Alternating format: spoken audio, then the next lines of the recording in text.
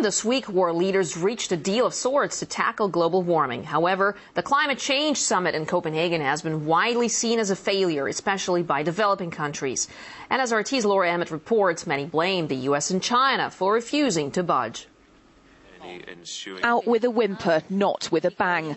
Early on Saturday morning, world leaders finally reached a deal of sorts on reducing carbon emissions and financing developing countries in their battle against climate change.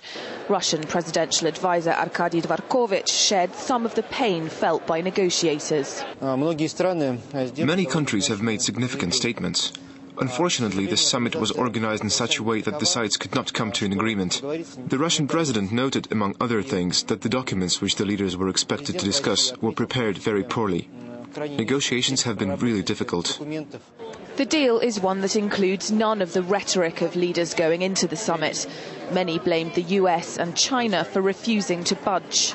Why would we in the United States give something to China to help them to meet certain goals when they own $800 billion of our debt? It just doesn't make sense.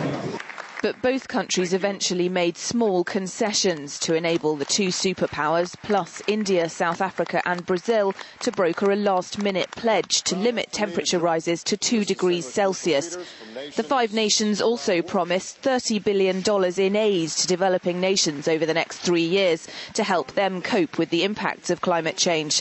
The goal is to increase this to $100 billion a year by 2020. The emerging deal still needs to be accepted by all 193 countries represented at the talks. With the Copenhagen conference now over, many are left wondering what will happen next. Will countries abide by the emissions cuts they've pledged?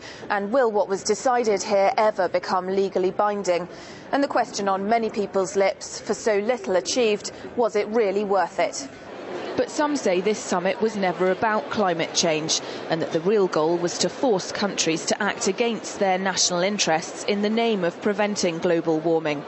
The way forward, according to the Schiller Institute, is for the US, India, China and Russia to join together to create a new global financial system. When those four come together, all the other nations that were here will also say, we want to join in, because what we really want is development. We desperately need economic development for Africa, for South America, for Asia. And that's actually what most of the countries that were here at the conference really would have liked to discuss, because that's what they thought they could get out of it, money for development. The G77 group of developing nations reacted angrily to what they say was a deal done behind their backs. Environmental activists called the non-binding agreement a crime. As it stands, this is a deal that leaves no one satisfied. Laura Emmett, RT.